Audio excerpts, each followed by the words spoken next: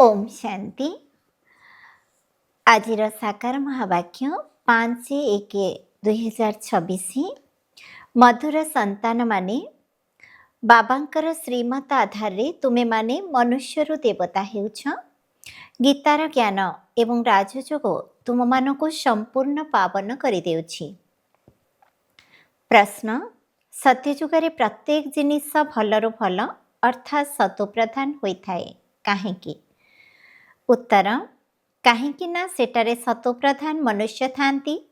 ଯେତେବେଳେ ମନୁଷ୍ୟମାନେ ଭଲ ଥାନ୍ତି ସେତେବେଳେ ତାଙ୍କ ପାଇଁ ଦୁନିଆର ସାମଗ୍ରୀ ଗୁଡ଼ିକ ମଧ୍ୟ ଭଲ ଥାଏ ଏବଂ ମନୁଷ୍ୟମାନଙ୍କର ଚରିତ୍ର ଖରାପ ଥିଲେ ଦୁନିଆର ସାମଗ୍ରୀ ଗୁଡ଼ିକ ମଧ୍ୟ କ୍ଷତିକାରକ ହୋଇଥାଏ। ସତୋପ୍ରଧାନ ସୃଷ୍ଟିରେ କୌଣସି ଅପ୍ରାପ୍ତ ବସ୍ତୁ ନଥାଏ। କୌଣସି ବସ୍ତୁ କେଉଁଠାରୁ ମଗେଇବାକୁ ପଡ଼ିନଥାଏ। ଓମ୍ ଶାନ୍ତି।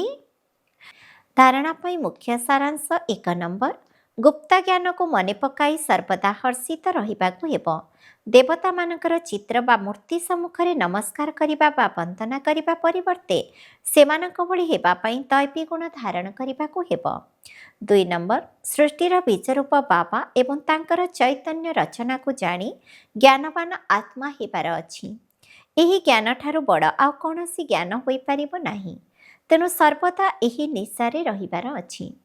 ବରଦାନ: ଏକମାତ୍ର ବାବା, ଦ୍ୱିତୀୟ କେହି ନୁହେଁ। ଏହି ପାଠର ସ୍ମୃତି ଦ୍ୱାରା ଏକର ସ୍ଥିତି ନିର୍ମାଣ କରୁଥିବା ଶ୍ରେଷ୍ଠ ଆତ୍ମା ହୁଅ। ଏକମାତ୍ର ବାବା, ଦ୍ୱିତୀୟ କେହି ନୁହେଁ। ଯଦି ଏହି ପାଠ ନିରନ୍ତର ସ୍ମୃତିରେ ରହିବ ତେବେ ତୁମର ସ୍ଥିତି ଏକରସ ଅର୍ଥାତ୍ ସର୍ବଦା ଏକା ଭଳି ରହିବ। କାହିଁକି ନା ଜ୍ଞାନ ତ ସବୁ ମିଳିସାରିଲାଣି। ଜ୍ଞାନର ପଏଣ୍ଟ ଗୁଡ଼ିକ ତ ବହୁତ ରହିଛି, କିନ୍ତୁ ଜ୍ଞାନର ପଏଣ୍ଟ ଗୁଡ଼ିକୁ ବୁଦ୍ଧିରେ ରଖି ସର୍ବଦା ପଏଣ୍ଟ ରୂପରେ ସ୍ଥିତି ରହିବା, ଏହା ହେଉଛି ସେହି ସମୟରେ ଚମତ୍କାରୀ ଯେତେବେଳେ କେହି ତୁମକୁ ତଳକୁ ଟାଣୁଥିବ।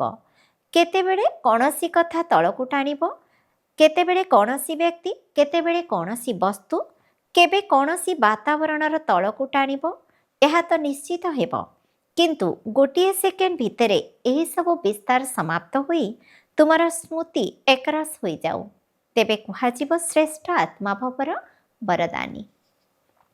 ସ୍ଲୋଗାନ: ଯଦି ଜ୍ଞାନର ଶକ୍ତିକୁ ଧାରଣ କରିନେବ ତେବେ ବିଘ୍ନ ଆକ୍ରମଣ କରିବା ପରିବର୍ତ୍ତେ ପରାସ୍ତ ହୋଇଯିବ। ଅବ୍ୟକ୍ତି ବିସାରା: ଏହି ଅବ୍ୟକ୍ତି ମାସରେ ବନ୍ଧନମୁକ୍ତ ହୋଇ ଜୀବନମୁକ୍ତ ସ୍ଥିତିର ଅନୁଭବ କର।